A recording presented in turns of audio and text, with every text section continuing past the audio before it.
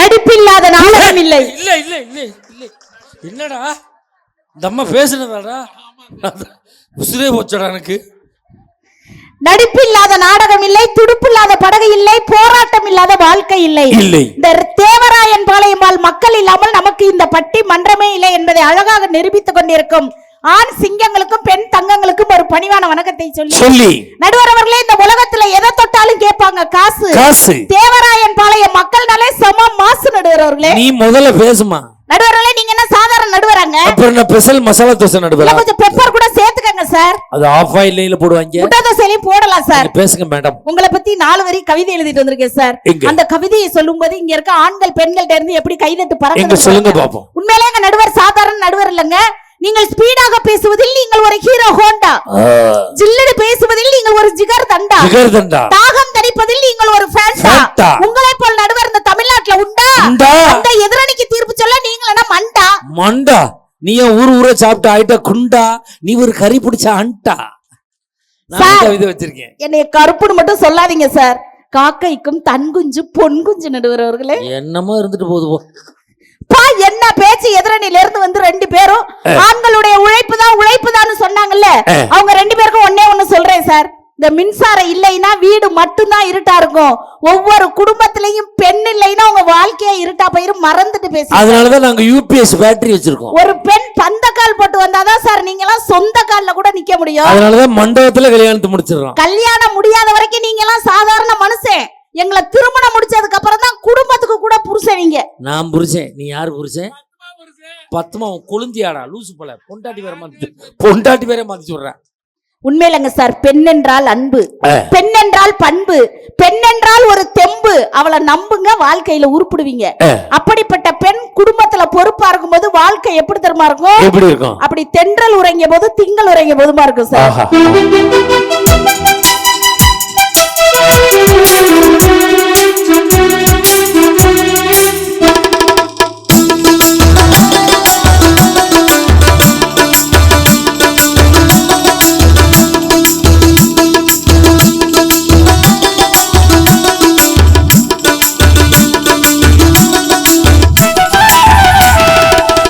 உறங்கிய போதும் உங்கள் உறங்கிய போதும் தங்கள் உறங்கிடுமா காதல், தங்கள் உறங்கிடுமா காதல், தங்கள் உறங்கிடுமா.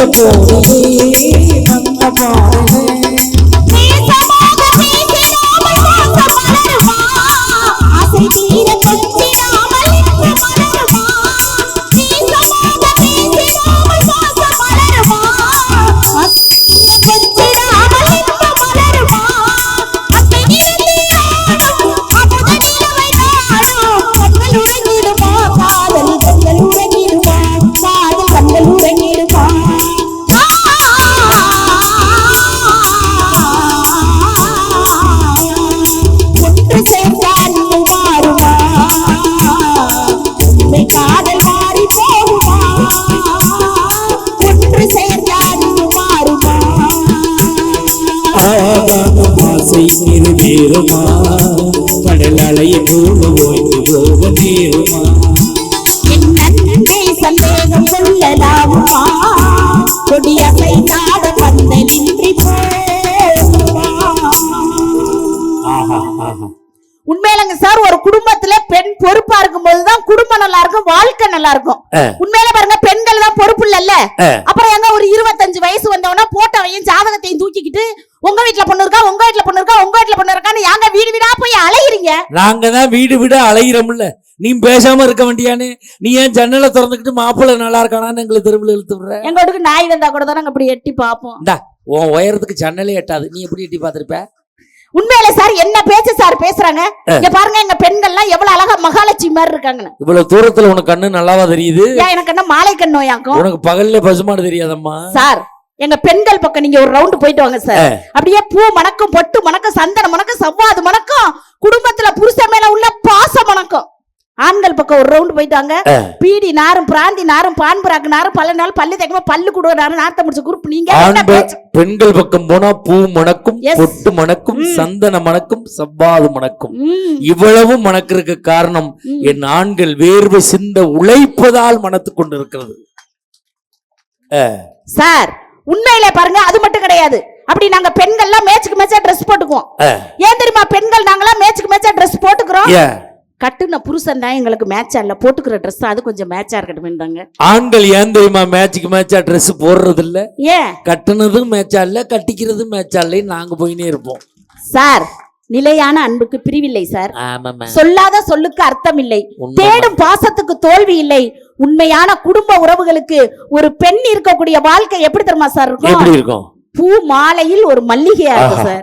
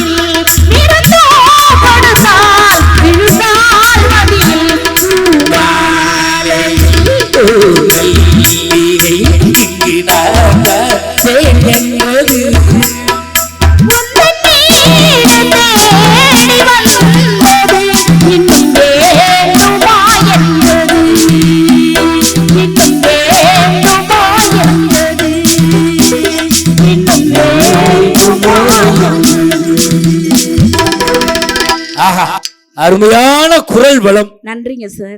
நீங்க 4 படத்துல தானே பாடணும்? ஆமா சார். 40 படத்துக்கு மேல பாடணும். 100 வயசுக்கு மேல இந்த குரல் வளத்தோடு வாழணும்னு என் மக்கள் சார்பா உங்களை வாழ்த்து. நன்றிங்க சார். நீ எத்தனை வயசுல வாழணும்? ஓம் புருஷன்ட்ட போய் கேளு. நான் இருக்கும் வரை நீ வாழ்வாய், ஒன்னும் அவசரம் இல்லை. நீ இந்த அம்மா அவன் 3 பேரும் லேட்டா வா.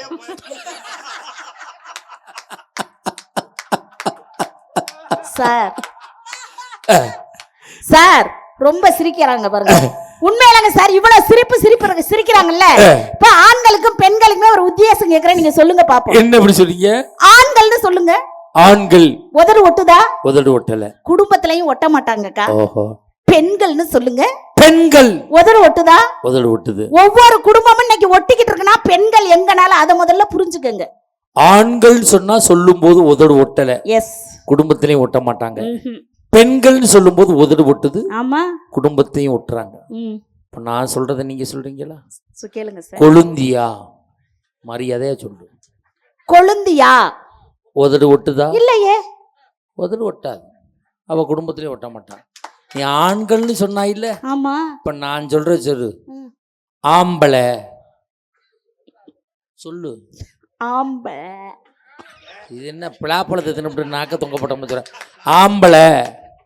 ஆம்பளைன்னா உதடு ஒட்டுதா? குடும்பத்தை உழைப்பால் ஒட்ட வைத்துக் கொண்டிருக்கக்கூடியவன் ஆண் மகன் என்பதை தெரிந்து. ஆனா இவ்வளவு பேச்சு பேசுறீங்கல்ல, ஆண்களுக்கு எவ்வளவு சப்போர்ட் பண்றீங்க. உண்மையிலே நீங்க தனியா 2 வீலர்ல போங்க சார். காவல்துறை அன்பர் வழி மறிச்சு நிறுத்துவாங்க. நிப்பாட்டு, ஆர்சி புக் இருக்கா, இன்சூரன்ஸ் இருக்கா, ஹெல்மெட் இருக்கா, மாஸ்க் இருக்கான்னு இப்படி 1008 கேள்வி கேட்பாங்க. அப்படி என்ன மாதிரி அழகான பெண்ணை பைக் வார்த்தை திருத்தம் தேவை. அழகான இல்ல, அகலமான. என்ன மாதிரி பெண்ணை பைக்ல அழைச்சிட்டு போகும்போது எந்த ஒரு காவல்துறை என்பரும் வழிமறிச்சு நிறுத்த மாட்டாங்க. அப்ப ஒரு ஆணுக்கு பாதுகாப்பே பெண்கள் நாங்க தானக்கா. உண்மைதான். நேத்து நான் பைக்ல போனேன், போலீஸ்காரையா நிப்பாட்டிட்டார். ஆர்சி புக் எடு, லைசன்ஸ் எடு, இன்சூரன்ஸ் எடு. அந்த நேரம் ஒருத்தன் ஒய்ஃபோட போனா விட்டுட்டார். நான் கேட்டேன், சார் நாங்கள் தனியாக வந்தால் பிடிக்கிறீங்க, ஒய்ஃபோட போனா விட்டுறீங்களே ஏசான்னு கேட்டேன். ஒன்றும் இல்லை தம்பி, அவனே ஒரு கரகத்தோடு போய்கிட்டு இருக்கான், நம்மதுக்கு இன்னொரு கரகத்தை இழுக்க அப்படின்னு தான் போடான்னு சொல்கிறோம்னு போலீஸ்கார ஐயா எங்கள் ஊரில் சொன்னார். சார் எங்க அத்தா நேத்து உலகம் எத்தனை கிலோடி அப்படின்னு கேட்டார். நான் சொன்னேன் உலகம் எத்தனை கிலோவா, அதை கணக்கிட முடியாததான், அது பறந்து விரிந்த உலகம் தான் அப்படின்னு. அவர் சொன்னாரு உலகம் வெறும் 70 கிலோ தாண்டி அப்படின்னாரு. என்னது 70 கிலோவா, எப்படி எத்தான் கேக்குறீங்க அப்படிங்கிறேன். என் உலகமே நீதான் அப்படிங்கிறாரு சார். ஈரானுக்கு பாஸ்போர்ட் எடுத்து அனுப்பிவிடு, தெரியும் உலகம் எப்படி இருக்குன்னு. சார் நம்பிக்கை இல்லாத இடத்துல அன்பு இருக்காது சார். ஆமாமா, அன்பு இல்லாத இடத்தில் சந்தோஷம் இருக்காது, சந்தோஷம் இல்லாத இடத்தில் வாழ்க்கையே இருக்காதுங்க. அப்படி நம்பிக்கையும் சந்தோஷத்தையும் ஒரு குடும்பத்துல ஒரு பெண் எப்படி தருமா பொறுப்பா கொடுப்பா? எப்படி கொடுப்பா? பால் வண்ணம் பருவங்கண்டு மாதிரி கொடுப்பா சார்.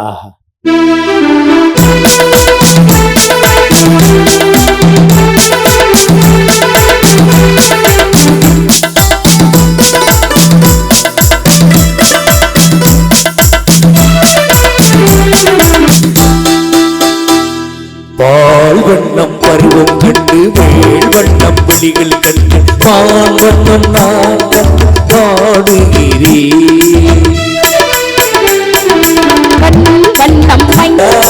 பால் வண்ணம் பருவம் கண்டு மேல் வண்ணம் விழிகள் கண்டு பால் வண்ணம் நான் கண்டு பாடுகிறேன்.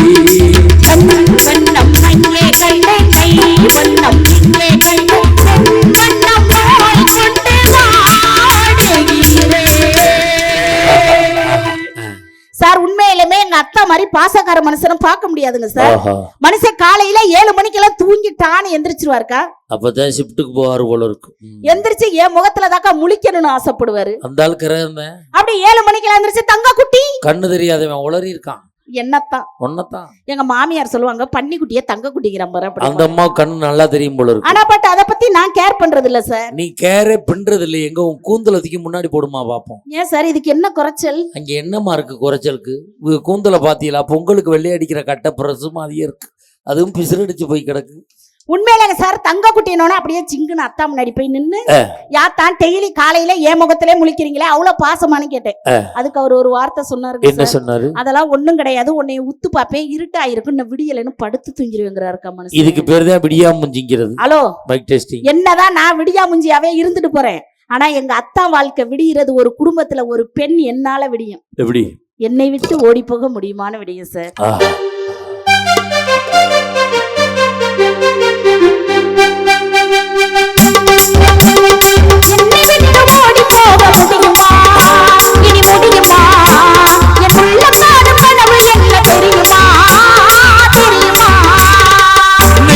ஓடி போக முடியுமா? இனி முடியுமா? நாம் இருவரல்ல ஒருவர் தெரியுமா? தெரியுமா?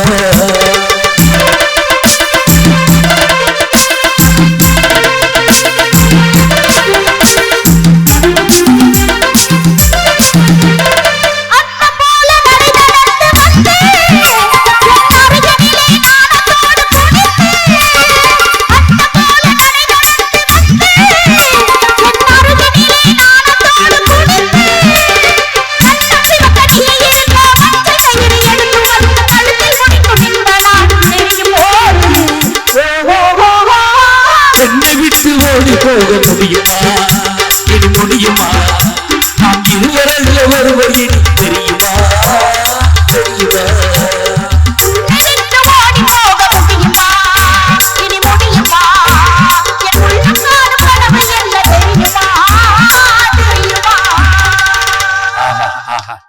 சார் ஒரு குடும்பத்துல கணவனுக்கு மனைவிக்கு சண்டை வந்துருது. அந்த சண்டைய தன் பெத்த புள்ள வந்து சமாதானப்படுத்துவான். அந்த சண்டைய அந்த பிள்ளையாலதான் அந்த சண்டையே வந்திருக்கும். உண்மையில சார் எனக்கு எங்க அத்தானுக்கு சண்டை வந்துருச்சுன்னு வச்சுக்கோங்க, என்னைய சமாதானப்படுத்துறதுக்காண்டி பீச்சு கூட்டிட்டு போவார் சார். சென்னையில இருக்கிய, அதனால பீச்சு கூட்டிட்டு போவார். ஆமா, அப்படி பீச்சு கூட்டிட்டு போய் அப்படியே அவர் மடியில என்னைய சாய வச்சு என் தலைய வருடி விட்டு, இந்த நூடுல்ஸ் மண்டையவா 4 வரி கவிதை சொல்லுவார் சார். சொல்லுவான். அந்த வானம் தெரியவில்லை, அந்த நிலவு தெரியவில்லை, ஆ. அந்த கடல் அலைகள் கூட தெரியலடி செல்லும் அப்படின்னாரு. ஆ. உடனே நான் கேட்டேன், அவள அழகா இருக்கனாத்தா அப்படிங்கிறேன். ஆ. அவள அகலமா எல்லாத்தையும் மறைச்சுக்கிட்டு படுத்துக்கிட்டேடி நீ அப்படின்னு. வந்ததுக்கு அப்புறம் இந்த புக்கர், இந்த ஸ்பீக்கர், மைக் செட் எல்லாமே எனக்கு தெரியலையே. என்னதான் குடும்பத்துல இப்படி சிறு சிறு ஊழல்கள் பிரச்சனைகள் இருந்தாலும் கூட அதை தான் பெத்த புள்ள அந்த அப்பா அம்மா சண்டையை எப்படி சமாதானப்படுத்தும் பாருங்க. எப்படி?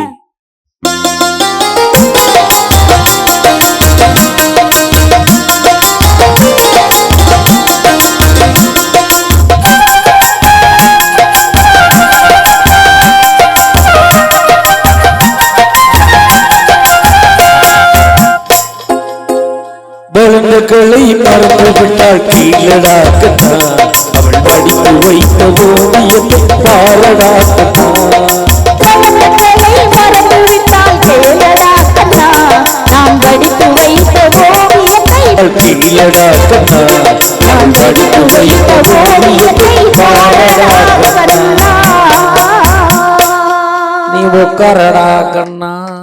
உண்மையிலங்க சார், ஒரு குடும்பத்தின் மகிழ்ச்சி என்பது ஆண்களுடைய உழைப்பை காட்டிலும் என்றைக்குமே பெண்களுடைய பொறுப்பு தான் என்று சொல்லி பொண்டாட்டி வாழ்க்கையின் வழிகாட்டி, குடும்பத்தின் கைகாட்டி, உன் பிள்ளைக்கு பால் ஊட்டி பின் சோறூட்டி நீ சொல்வதற்கெல்லாம் தலையாட்டி, அதனால் அவள் பொண்டாட்டி. அந்த பெண் வரக்கூடிய வாழ்க்கை தான் பொறுப்பான வாழ்க்கை என்று சொல்லி இதுவரை கேட்டு சுவைத்த உங்களின் திருப்பாதங்களை பணிந்து நன்றி கூறி விடைபெறுகிறேன். நன்றி, வணக்கம். அருமையான பேச்சு, அருமையான பாட்டு.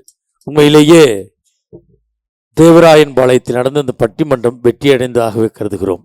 காரணம், நாங்கள் நன்றாக பேசினோம் என்பதற்காக அல்ல, நீங்கள் நன்றாக இந்த பணியிலும் ரசித்து கொண்டிருக்கிறீர்கள். அதனால இந்த வெற்றி அடைந்திருக்கு. ஆயா ஆயா உட்காருங்க, முடிச்சிடறேன். ஆயா ஆயா ஆயா ஆயா அம்மா, நடுவில் கடைசியில் பிச்சை எடுக்க விட்டுறாதீங்க ப்ளீஸ். உட்காருங்க, முடிச்சிடறேன். கேட்ட கேள்வி என்ன? குடும்பத்தின் மகிழ்ச்சியை தீர்மானிப்பது ஆண்களின் உழைப்பா பெண்களின் பொறுப்பா? இவங்க என்ன சொல்றாங்க? பெண்கள்கிட்ட பொறுப்பு இல்லை அப்படிங்கிறாங்க. அவங்க சொல்லும் போது எல்லாமே சரியா தெரியுது சார்.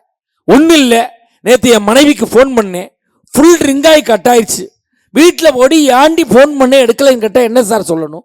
டிவி சவுண்டில் கேட்கல, துணி துவச்சிக்கிட்டு இருந்தேன், சமையல் பண்ணிக்கிட்டு இருந்தேன், செல்லு சைலண்டில் இருந்துச்சு, சொல்லலாம்ல?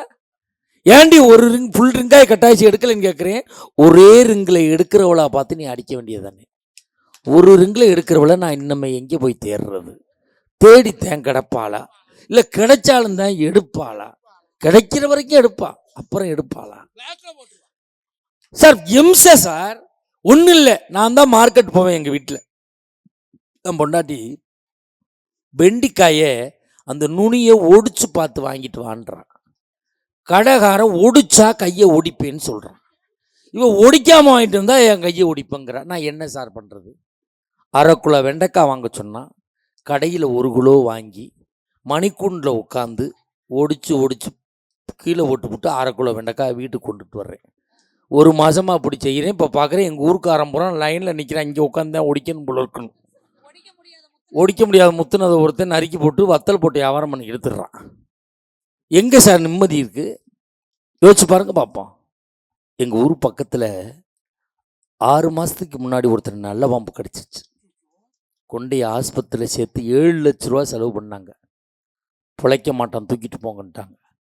நேற்று ஊருக்கு போகிறேன், அவன் உசுரோடு வர்றான். டேய் எப்படா பிழைச்சானே? என் பொண்டாட்டி தான் சார் காப்பாற்றினான். உன் பொண்டாட்டி டாக்டரா நர்ஸாப்பா? அதெல்லாம் இல்லை சார், அவள் தான் காப்பாற்றினான். எப்படா காப்பாற்றினான்? ஒன்றும் இல்லை சார், பாம்பு கடித்த இடத்துல அவளை கடிக்க விட்டேன், இந்த விஷம் அந்த விஷத்தை முடிச்சிருச்சு சார் அப்படின்னா. உன் பொண்டாட்டி எங்கடான்னு கேட்டேன். பெரிய ஆஸ்பத்திரியில் வேலை பார்க்குறான் சார். என்னடா வேலை? பாம்பு கடித்த இடத்துல கடிக்கிறதா சார் அவளுக்கு வேலை. பாம்புக்கு தகுந்த மாதிரி கடிப்பா சார். நல்ல பாம்புனா மலைப்பாம்பு கடிக்காது, முழுங்கு மலைப்பாம்பு. அப்ப இந்த பெண்களால் என்ன சார் பொறுப்பு இருக்கு? ஒரு ஆணின் உழைப்பு எப்படிப்பட்ட உழைப்பு? ஒன்றும் இல்லை, இப்போ நம்ம ஈரானில் மிகப்பெரிய போர் நடந்து கொண்டு இருக்கிறது. குவைத் பக்ரைன்ல எல்லாம் தாக்குறாங்க. எத்தனை ஆண்மகன்கள் தன் குடும்பத்திற்காக, தன் பிள்ளைகளுக்காக, தன் தாய்க்காக, தந்தைக்காக அயல்நாடு சென்று விட்டு அங்கே தன் உயிரை வெறுத்து பதுங்கு குழி போல் ஒதுங்கி கொண்டிருக்கிறார்களே, அந்த ஆண்மகனுடைய உழைப்பை எங்கே கொண்டு சேர்ப்பது? நண்பர்களே, இன்று ஒரு 6 மாதத்திற்கு முன்பு, ஒரு வருஷம் இருக்கும், திருச்சியிலே ஒரு விமானம் 196 பயணிகளை ஏற்றிக்கொண்டு பறந்தது. மேலே விமானம் பறக்க சென்றவுடன் கட்டுப்பாட்டு அறையிலிருந்து அவர்களுக்கு தகவல் கொடுக்கப்படுகிறது, தொடர்ந்து இந்த விமானம் பயணித்தால் தீப்பிடித்து எரிந்துவிடும். காரணம் என்ன? ஓடுதளத்தில் ஓடுகின்ற பொழுது அதில் சக்கரம் இருக்கும். விமானம் மேலே எழும்புகின்ற பொழுது அந்த சக்கரம் உள்ளே இழுத்து கொள்ளப்பட வேண்டும். அந்த விமானத்தில் உள்ளே இழுத்து கொள்ளப்படவில்லை. தொடர்ந்து இந்த விமானம் பயணிக்குமே ஆனால் அந்த சக்கரம் சுற்றி சுற்றி உராய்வு ஏற்பட்டு தீப்பிடித்து எரிந்துவிடும். அந்த விமானத்தில் புல்லாக எரிபொருள் நிரப்பப்பட்டிருக்கிறது வெளிநாடு செல்வதற்கு. அதில் சென்ற 196 பேரும் லட்சாதிபதிகள் கிடையாது, கோடீஸ்வரர்கள் கிடையாது. சிவகங்கை, ராமநாதபுரம், புதுக்கோட்டை மாவட்டத்தைச் சேர்ந்த ஏழை இளைஞர்கள் தனக்கு திருமணமாக வேண்டுமே, தன் சகோதரிக்கு திருமணமாக வேண்டுமே, தன் பிள்ளைகளை படிக்க வைக்க வேண்டுமே, தானும் ஒரு வீடு கட்ட வேண்டுமே என்று பல்வேறு கனவுகளை சுமந்து கொண்டு சென்ற இளைஞர்கள் 196 பேர் அந்த விமானத்தில் இருக்கிறார்கள். என்ன செய்வது? அந்த விமானி நினைத்திருந்தால் தனக்கு கொடுக்கப்பட்ட அவசர வழியிலே பாராசூட்டில் குதித்து தப்பித்திருக்கலாம். இந்த விமானி என்ன செய்தார் தெரியுமா? அந்த விமானத்திலே நிரப்பப்பட்டுகின்ற பெட்ரோல் தீருகின்ற வரை அந்த திருச்சியையே வட்டமடித்தார். வட்டமடித்து தன் உயிரை துச்சமென மதித்து அந்த பெட்ரோல் எல்லாம் தீருகின்ற பொழுது தரையிறக்கி 196 பேரினுடைய உயிரை காப்பாற்றி இருக்கிறானே, அந்த ஆண்மகனுடைய உழைப்புக்கு இந்த சமூகம் என்ன பதில் சொல்ல போகிறது? நம்ம திருப்பூர் பக்கத்துல வெள்ள கோயில்கிட்ட 32 பச்சிளம் குழந்தைகளை ஏற்றிக்கொண்டு ஒரு பள்ளி வாகனத்தை ஒரு ஓட்டுநர் இயக்குகிறார். ரொம்ப சிக்கலான டிராபிக்கான ரோட்ல நெஞ்சு வலி வந்துடுது. பின்னால் திரும்பி பார்க்கிறார். 32 பச்சிளம் குழந்தைகள், வாழ்க்கையை வாழாத பச்சிளம் குழந்தைகள், வாழ்க்கையை வாழ துடிக்கின்ற குழந்தைகள் விளையாண்டு கொண்டு பேசிக்கொண்டு வருகிறார்கள். அவர் தன் வழியை பொறுத்து கொண்டு அந்த நெருக்கமான ரோட்டிலே சிறிது தூரம் ஓட்டி சென்று ஓரத்தில் இடம் கிடக்கின்ற இடத்திலே அதை ஓரமாக நிறுத்திவிட்டு அந்த வட்டையிலே சாய்ந்தவர் தட்டி பார்க்கிறார்கள். உயிர் பிரிந்து விடுகிறது. ஒரு ஆண்மகன் எப்படியெல்லாம் உழைத்து கொண்டிருக்கிறார் சார். நாங்கள் தினம் ஒவ்வொரு ஊருக்கு பயணம் பண்ணுறோம். ஒவ்வொரு ஊரும் நைட் 2 மணி 3 மணிக்கு போய் இறங்குவோம். போன வாரம் மதுரையில் போய் இறங்குறோம் 2 மணிக்கு. அப்போ 10 ஆட்டோக்காரர் ஓடியாரார். சார் எங்கே போகணும் அவர் கேட்டேன், பகல் பூரா ஆட்டோ ஓட்டுறீங்களையா, நைட்லையா தூங்கக்கூடாதா? அவர் சொன்ன பதில் என்ன தெரியுமா? நாங்கள் பகலிலெல்லாம் ஆட்டோ ஓட்டுவது என் குடும்பம் சாப்பிடுவதற்காக, இரவில் கண்விழித்து ஆட்டோ ஓட்டுவது என் பிள்ளைகள் படிப்பதற்காக என்று ஒரு ஆண்மகன் உழைத்து கொண்டு இருக்கிறானே, அவருடைய உழைப்பிற்கு இந்த சமூகம் என்ன பதில் சொல்ல போகுது? இப்படி ஒவ்வொரு ஆண்மகனுடைய உழைப்பையும் சொல்லிக்கொண்டே போகலாம். இப்படி ஆண்கள் உழைக்கிற காரணத்தால் குடும்பத்தின் மகிழ்ச்சியை தீர்மானிப்பது ஆண்களின் உழைப்பே என்று நான் தீர்ப்பு சொல்ல முடியாது. இது ரெண்டுக்கு என்னடா பதில் சொல்றது?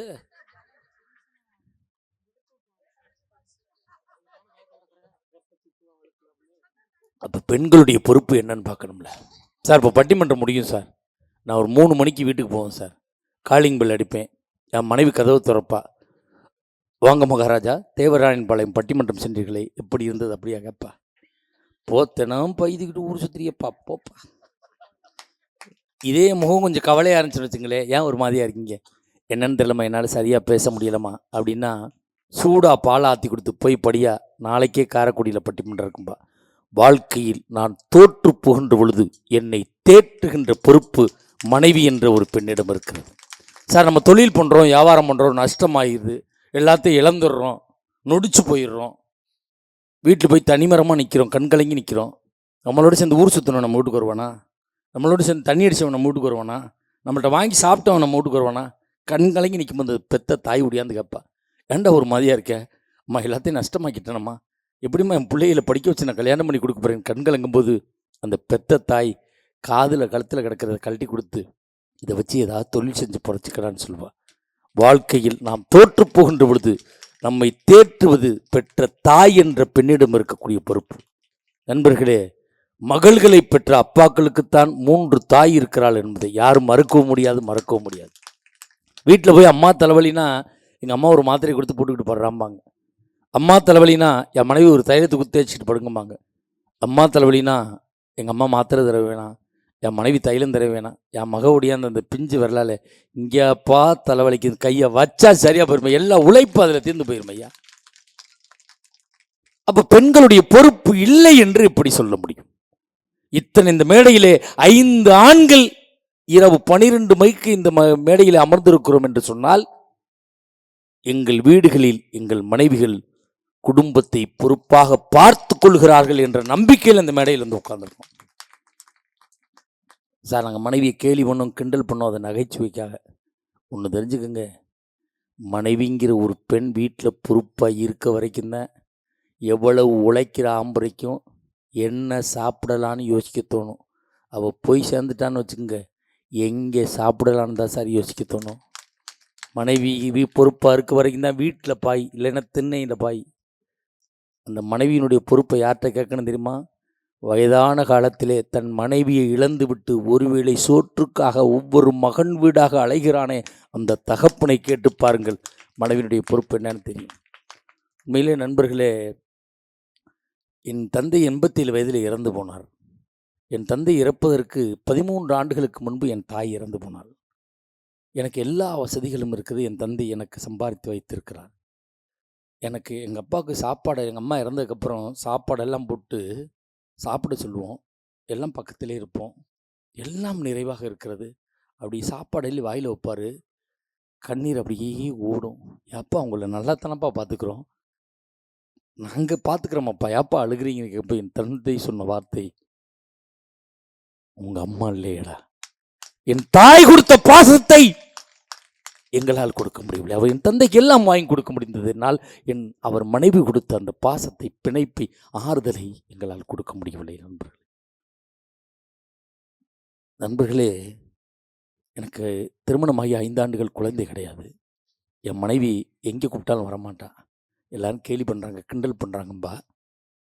ஒரு நாள் பட்டிமன்றம் முடிச்சு சீக்கிரமே போயிட்டேன். என் மனைவி வாசலில் வாந்தி எடுத்துக்கிட்டு இருக்காங்க. நான் திட்டுறேன், ஒழுங்காக சாப்பிடக்கூடாதா, கவனமாக சாப்பிடக்கூடாதா? எங்கள் அம்மா சொல்கிறாங்க, அவள் உண்டாயிட்டாடா, முழுகாமல் இருக்கா. எனக்குள்ள ஒரு மகிழ்ச்சி நண்பர்களே. 5 ஆண்டுகளுக்கு பிறகு இறைவன் எனக்கு ஒரு வாரிசு கொடுத்துருக்கிறான். மாதம் மாதம் செக்கப் பண்ணுறோம். என் மனைவி நிறைய மாத கர்ப்பிணி. ஒரு நாள் இரவு 11 மணிக்கு பிரசவ வலி வருது. எங்கள் ஊர் கிராமம் சார், 15 கிலோமீட்டர் தள்ளி வந்தால் தான் நான் டவுனுக்கே வர முடியும். நானே பைக்கில் என் மனைவி ஏற்றிட்டு வர்றேன். கொண்டுண்டா சேத்தாச்சி ஆஸ்பத்திரியில் எல்லாம் செக் பண்ணிவிட்டு ஸ்கேன் எடுக்கணுன்றாங்க. எடுத்து பார்த்து டாக்டர் சொல்கிறாரு, சார் டிபிக்கல்ட்டு கண்டிஷனாக இருக்குது, ஒன்று தாயை காப்பாற்றலாம் இல்லைன்னா பிள்ளையை காப்பாற்றலாம், ரொம்ப சிரமம் அப்படின்றாங்க. நர்சம்மா இங்கேருந்து ஒரு பத்திரத்தில் கையெழுத்து வாங்குறாங்க. அழுதுகிட்டே கையெழுத்து போடுறேன். என் மனைவி ஆப்ரேஷன் தேட்டருக்குள்ளே கொண்டு போயிட்டாங்க.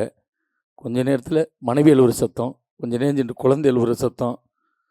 நான் தனிமரமாக நிற்கிறேன், பரதேசியாக நிற்கிறேன். அங்கேருந்து நர்சம்மா ஒரு குழந்தையை கொண்டு வந்து கொடுத்து, ஆம்பளை பிள்ளை பிறந்திருக்கா சார் அப்படின்றாங்க. நான் கேட்குறேன், என் பொண்டாட்டி நல்லா இருக்காளா, என் மனைவி நல்லா இருக்காளா, உங்களை தான் சார் பார்க்கணுன்னு சொல்கிறாங்க அப்படின்னாங்க. பூரியா வர மயக்கத்தில் படுத்திருக்கா. கொஞ்சம் கொஞ்சமாக தலையை தடவி கொடுத்து கண்முழித்து என்னை பார்த்து சாப்பிட்டீங்களான்னு கேட்டார். நண்பர்களே, எனக்காக ஒரு வாரிசை பெற்றுக் கொடுத்தவள் என்னுடைய மனைவி. நான் ஒரு ஆண்மகன் என்பதை நிரூபித்து கொடுத்தவள் என்னுடைய மனைவி. என் சொந்த பந்தங்களின் ஏச்சு பேச்சுக்கெல்லாம் முட்டுப்புள்ளி வைத்தவள் என்னுடைய மனைவி. இப்படி ஒவ்வொரு குடும்பத்திலும் பெண்கள் வாழ்ந்து கொண்டு இருக்கிறார்கள். அவருடைய பொறுப்பும் இருக்கிறது, ஆண்களின் உழைப்பும் இருக்கிறது. எப்படி தீர்ப்பு சொல்வது? மதுரை மீனாட்சியை பார்த்து ஷேக் முகமதுங்கிற ஒரு இஸ்லாமிய கவிஞன் பாடிய பாடல்தான் இந்த தலைப்புக்கு தீர்ப்பாக அமையும் என்று நான் நம்புகிறேன். ஆண்டவனை காதலிச்ச பாண்டி நாட்டு மீனாட்சி, காதலிச்சு மணந்ததுக்கு மதுரை கோவில் காட்டி. ஆண்டவனை காதலிச்ச பாண்டி நாட்டு மீனாட்சி, காதலிச்சு மணந்ததுக்கு மதுரை கோவில் காட்டி. வெட்ட வெட்ட வளரும் கோடி என்ன கொடி கூறம்மா, கட்டளை கேட்கலம்மா, நாகப்பொடி தானம்மா. ஓடுகிற வண்டி ஓட ஒற்றுமையா 2 மாடும், ஒன்ன விட்டு ஒன்று பிரித்தா என்னவாகி எண்ணி பாரு. ஓடுகிற வண்டி ஓட. நண்பர்களே, குடும்பம் என்பது ஒரு மாட்டு வண்டி போன்றது. அதில் ஆணின் உழைப்பு ஒரு சக்கரம், பெண்ணின் பொறுப்பு ஒரு சக்கரம். ஒரு குடும்பத்திலே உழைக்கிற ஆண் இருந்து பொறுப்பில்லாத பெண் இருந்தால் அந்த குடும்பம் மகிழ்ச்சி அடையாது. அதே நேரத்திலே உழைக்காத ஆண் இருந்து பொறுப்பான பெண் இருந்தாலும் குடும்பம் மகிழ்ச்சி அடையாது. இன்றைய தமிழகத்திலே குடும்பங்கள் மகிழ்ச்சியாக இருப்பதற்கு காரணம் ஆண்களின் உழைப்பும் பெண்களின் பொறுப்பும் தான் என்று சமமாக தீர்ப்பளித்து நிறைவு செய்கிறோம். வாய்ப்பிருந்தால் மீண்டும் பல தலைப்புகளில் சந்திப்போம். ஒன்றை மட்டும் சொல்லி நிறைவு செய்கிறேன் உறவுகளே. சொத்துக்களை வேண்டுமானால் பிரித்துக் கொள்ளுங்கள், சொந்தங்களை ஒருபோதும் பிரித்துக் கொள்ளாதீர்கள். நன்றி, வணக்கம்.